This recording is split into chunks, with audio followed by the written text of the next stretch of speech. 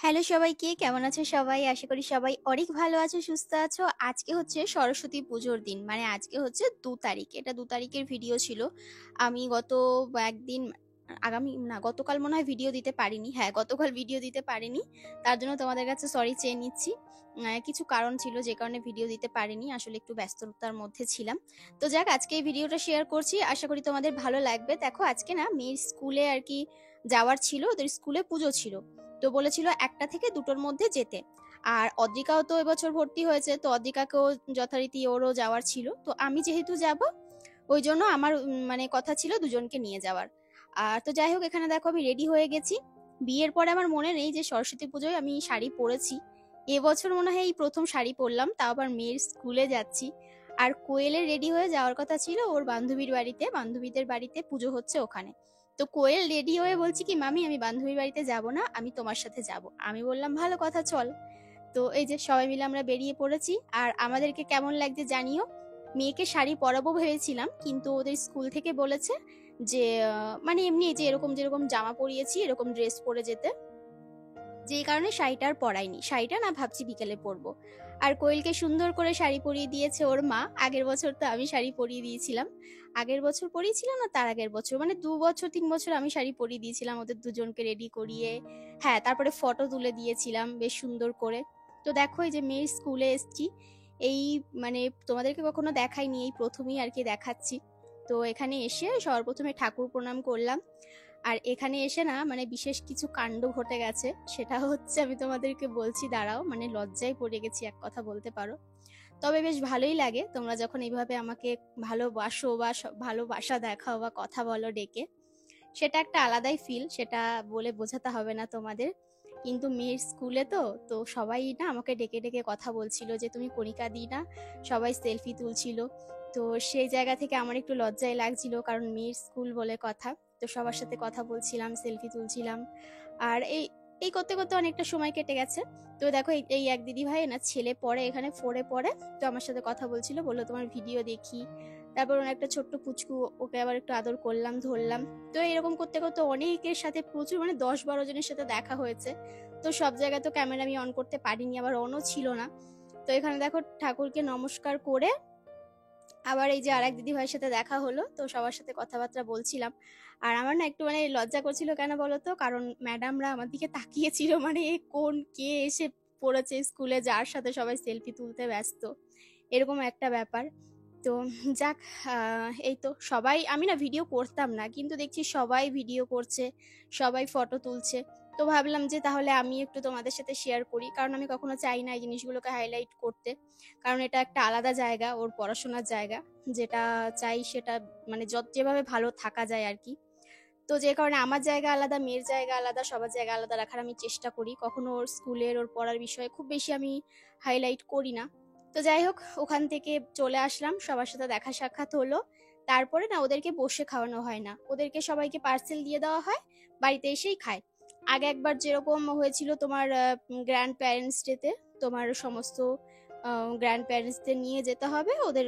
তারপরে যারা grand parents যারা, তাদেরকে শাল দিয়েছে আর ওদেরকে খাবার দিয়েছে বাচ্চাদেরকে। তো তখনও ওদেরকে বক্স করে দিয়েছিল, আর এবারও তাই দিয়েছে।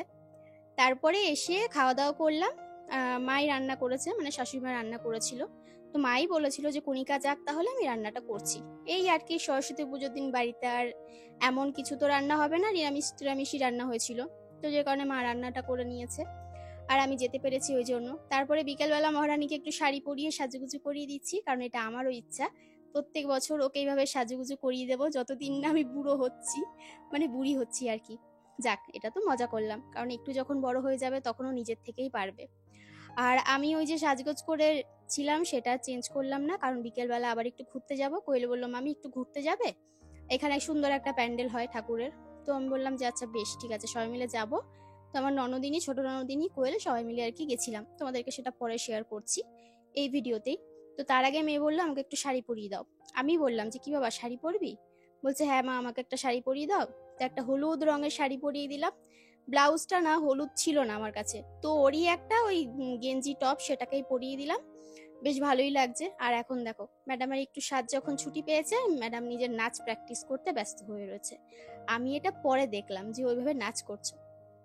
পরে আমি যখন ওকে দেখালাম, কি রে বাবা তুই নাচ করছিলি ভাবে, বলছে কি হ্যাঁ মা তুমি কি করে দেখলে। আমি বললাম কেন, ক্যামেরা যে অন ছিল তুই সেটা বুঝতেই পারিস। তো এই যে মেয়ের এই ভিডিওগুলো দেখলে না ছোটবেলার কথা আমার মনে পড়ে, আমার বেশ ভালো লাগে, কারণ ছোটবেলায় তখন আমাদের তো ক্যাপচার করে দেওয়ার মতো কেউ ছিল না। তখন মা সাজিয়ে দিত, শাড়ি পরিয়ে দিত, সুন্দর করে সবাই মিলে ঘুরতে যেতাম, সে আনন্দটাই পুরো আলাদা ছিল। মানে সে যেন এক অন্য অনুভূতি বলতে গেলে। যাক, এই তো আমার ছোট্ট প্রিন্সেসকে কেমন লাগছে তোমরা কমেন্ট করে জানিও। আর সুন্দর একটা শাড়ি পরিয়ে দিয়েছি। এটা না আমার কালেকশনের শাড়ি, তোমরা যদি এরকম কেউ শাড়ি নিতে চাও আমার সাথে যোগাযোগ করো, একদম কম প্রাইসের মধ্যে শাড়ি, কিন্তু অনেক কালার পেয়ে যাবে, আর শাড়িগুলো ভীষণ ভালো।